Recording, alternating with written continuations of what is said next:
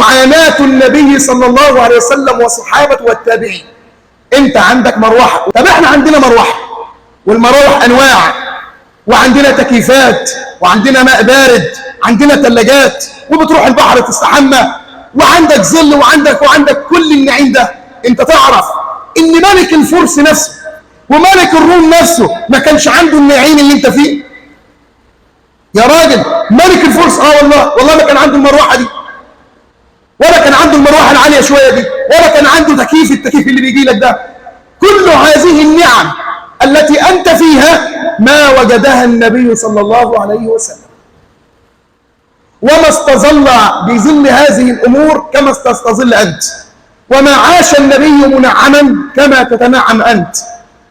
وانت وصل اليك القرآن ووجدته وولدت مسلما، ليس كالصحابة الذين اسلموا في عهد النبي صلى الله عليه وسلم. كل اللي النبي صلى الله عليه وسلم عاشه واللي الصحابة عانوا فيه عشان يوصلوا لك الدين ده، وانت قاعد تحت المروحة ومستظل بالظل، وممكن تيجي تقول انا مش مقتنع بالكلام ده، انا مش عاجبني الرأي ده في الدين. وايه يعني ما ابن مسعود يقول؟ وايه يعني ما ابن عباس يقول؟ انا شايفه ان الحجاب مش فرض. شافوا ابن عباس ولا شافوا فلان ولا شافوا علان، هم مجرد مفسرين للايات. انا مش هسقط البنطلون براحتي. الناس اللي كانت زمان دي لما كانت هدومها بتسقط منها كان من الحال اللي فيه، اما انت بتسقطه عندك.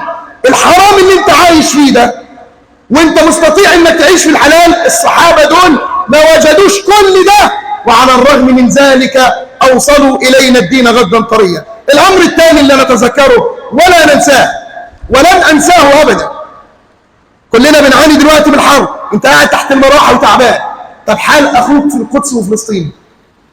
والله لو ما فضلت تفتكرهم ستسال يوم القيامه. حال اخوك اللي هو ده جوع وعطش ومفيش مسكن ومفيش لبس ومفيش اي حاجه من الحاجات اللي تعينهم. لما بتشوف الظهر، سلسله الظهر كده مش باين فيها غير العظم. الام اصبح لا يدر ضرعها لبنا على ابنها فيموت الولد جوعا وعطشا.